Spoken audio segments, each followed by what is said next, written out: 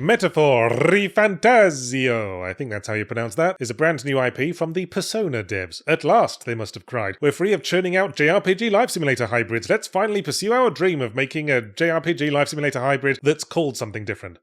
Take it you got sick of waiting for the Persona 6 green light. How dare you, Yahtzee! Didn't you notice we changed the names of some of the spells? So now the fire spell is called Bot instead of Aggie. I guess that makes more sense. I, for one, have never had a fiery Aggie after a lamb vindaloo. Also, our new game is set in a fantasy world, which I guess doesn't change much besides decreasing your chances of getting laid. Yeah, I was going to bring that up. Considering the Persona devs have never seen a perving on the girls in the bath scene they didn't like, Metaphor has a surprising lack of horniness. Well, having said that, it is anime, so there's still the default amount of horn. Your support character is a fairy in severe need of trousers, and the first female party member wears leggings so tight she couldn't take them off without turning her birth canal inside out. But there's no romancing your social contacts, no gratuitous swimsuit chapter, and the only bath is a frumpy wooden bucket that your character sits in by himself, like a puppy confused about how his water bowl works. Talk about losing your lust for wife. Ooh. The fantasy setting loses some of the stylishness that came with Persona's groovy, trendy modern setting. Yes, there's still a lot of flair in the interface and shit, but the monsters are mostly generic goblins, dragons, wolves, etc. that don't the slightest bit resemble the subconscious demons of sex-pest volleyball teachers. And the battle music, instead of being, say, the best fucking song in the history of audible sound, is more a generic bombastic orchestral affair with a vocal track that sounds like an opera singer falling down a very long staircase. So it's a much less sexy affair across the board, I'm afraid, and yet still has the spirit of Persona, because you have to play it for about 8 hours to get to what the game's actually fucking about. Here's the cliff notes. The fantasy world's population is split between multiple tribes that are all super racist against each other. They're all pretty anime people, it's just some have cat ears, some have elf ears, some have sparkly eyes, nothing that'll put you off buying their big titty mouse pads. In this time of turmoil, a gigantic anime bastard, in the usual model, pale, smug voice, looks a bit like Farrah Fawcett, murders the king and curses the prince to eternal sleep. As the prince's childhood friend, you join a secret mission to assassinate the anime bastard as he's trying to seize power and thus break the prince's curse. But just before you can stab him, a fuck-off giant stone dad appears in the sky and goes, "Hey, none of that coup d'etat and assassination rubbish, we're doing this properly or not at all. Whoever has the most public support in about 6 months gets to be king, and I'm going to keep watching for any funny business." Well, this was unexpected. Magic Dad enforced democracy. So one major dungeon later, we and our party load onto a fucking tour bus and must go around the country solving problems and building support on behalf of the comatose prince, as the anime bastard and various third parties do the same. And that's what the game's actually fucking about. Campaign trailing during election season. Gosh, this is fucking timely, isn't it? I particularly like the part where the insane dude who blatantly tried to seize power in a violent coup still somehow has about half the country's popular support. The usual Persona time management gameplay ensues, with you splitting your days between dungeon crawling, building relationships, and doing activities that up your social stats, namely in this case, courage, imagination, wisdom, eloquence, and tolerance, implying that the protagonist starts out as a cowardly, boring, ignorant, inarticulate racist. Ooh, even more timely. Full disclosure, I haven't had time to finish the game, 'twas ever thus with JRPGs, but I'm really hoping it turns out we were the prince all along, or another legitimate heir, because after we've done all the bloody work to become the people's choice for king, seems a bit dumb to then go, "Psych, I'm abdicating in favour of someone who's been comatose since childhood." I hear you learn a lot about statecraft from pissing in a tube. How Metaphor differs from Persona is that you don't have personas. That's why it's called Metaphor Phantasma Bollocks and not Persona Narnia Edition. Instead, you have Archetypes, a fairly complicated concept. Let me think how to explain. It's the job system for Final Fantasy V.